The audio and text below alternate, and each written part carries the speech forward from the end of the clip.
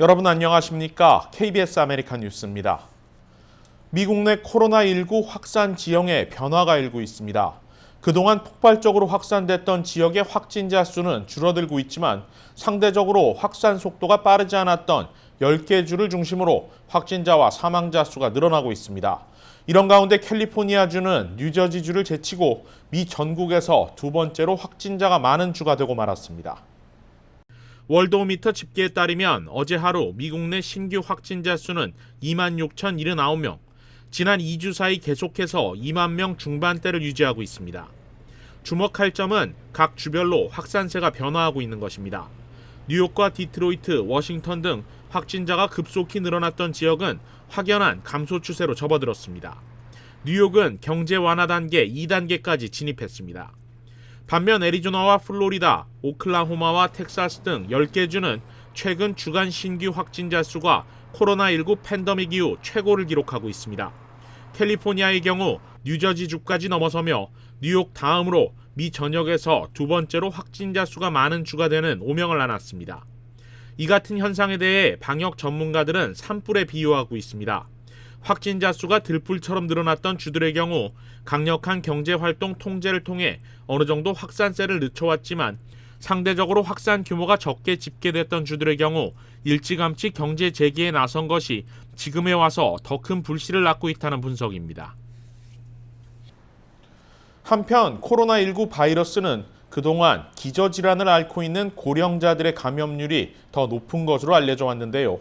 점차 이 공식도 깨지고 있습니다. 본격적인 경제 완화 정책에 따라 젊은 층들의 사회 활동이 늘어나며 감염자 역시 20, 30대 위주로 확산되고 있다는 분석입니다. 계속해서 이우수 기자입니다.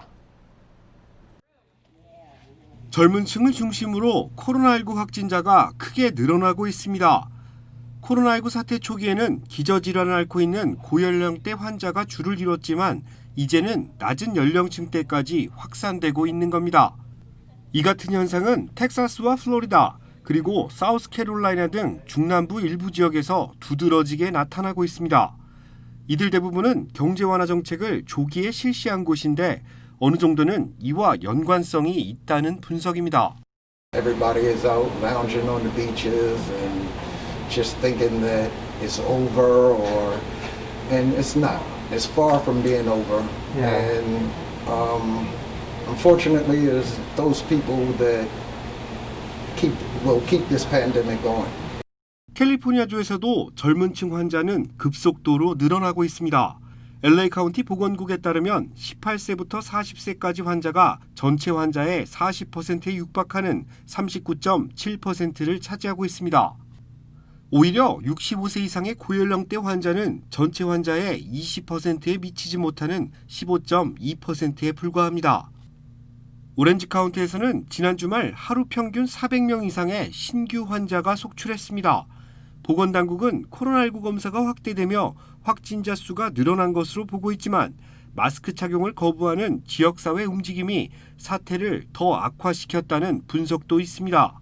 한편 경제 완화 정책을 조기 시행한 텍사스와 플로리다주, 사우스캐롤라이나의 상황은 더 심각합니다. 텍사스주에서 양성 판정을 받은 평균 연령은 30대 환자며 플로리다주는 37세가 중간 연령으로 분석됐습니다. 사우스캐롤라이나주의 경우 30세 이하의 신규 환자 급증세가 가장 두드러지게 나타나고 있는 것으로 집계됐습니다. KBS 뉴스 이우수입니다. 지난 주말 사이 노예 해방의 날인 준틴스데이와 아버지의 날을 기념해 많은 행사가 열렸는데요. 그런 가운데 전국에서 총격 사건이 잇따라 발생했습니다. 일각에선 대규모 시위 이후 치안 공백 현상이 나타난 게 아니냐는 우려까지 제기되고 있습니다. 이채은 기자입니다. 지난 주말 사이 전국에서 총격 사건이 발생했습니다. 노예 해방의 날인 준틴스데이와 아버지의 날 연휴가 겹친 주말인데 지금까지 집계된 사망자만 12명입니다. 부상자 수도 100여 명에 육박합니다. 미네소타주 미니애폴리스 도심에서는 총격 사건으로 12명의 사상자가 발생했습니다. 총격 현장 인근 한인 상점도 피해를 입었습니다. Everyone is just very wild and rampant on the streets right now, running around and 노스캐롤라이나 주에선 9명의 사상자가 발생했습니다. 주말 내내 이어진 준틴스데이를 기념하는 길거리 행사에서 총격 사건이 일어났습니다. 400여 명이 몰린 거리에 무려 100발이 넘는 총격이 가해졌습니다. 뉴욕주 시라큐스에서도 주말 저녁 총격이 발생해 17살 소년을 포함한 9명이 총에 맞아 병원에서 치료를 받고 있습니다. 일리노이주 시카고에서는 가장 많은 사상자가 발생했습니다. 시카고 오스틴에서는 차에 타고 있던 3살 배기 남자아이가 총에 맞아 숨지기도 했습니다. 시애틀 시위 현장 인근에서는 다수의 총격 사건이 발생해 1명이 숨지고 2명이 다쳤습니다. 사태가 점차 심각해지며 일각에서는 전국의 치안력이 공백 상태에 놓인 것이 아니냐는 우려도 제기되고 있습니다. 이와 더불어 경찰이 시민을 지켜주지 못한다는 불신도 커지고 있습니다. 조지 플로이드 사태에 관련한 경찰에 대한 불신이 장기화되고 있는 겁니다. Right now, no one trusts the police, and I mean, even as a small business, bar and restaurant here in Uptown.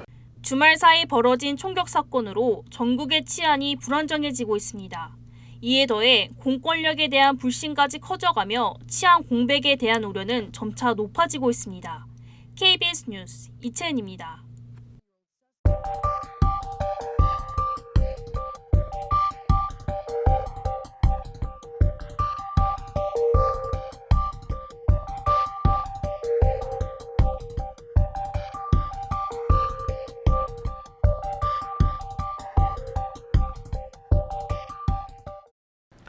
케빈 뉴섬 캘리포니아 주지사가 지난주 주 저녁에 마스크 착용을 의무화하는 행정명령을 내린 것과 관련해 부정적 여론이 일고 있습니다.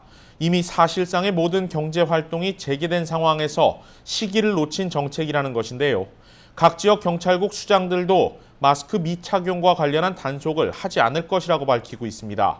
확진자 증가 추세와 경제 재개 시점 사이에서 캘리포니아주가 통제력을 상실한 것 아니냐는 우려가 나옵니다. 뉴스 마칩니다. 고맙습니다.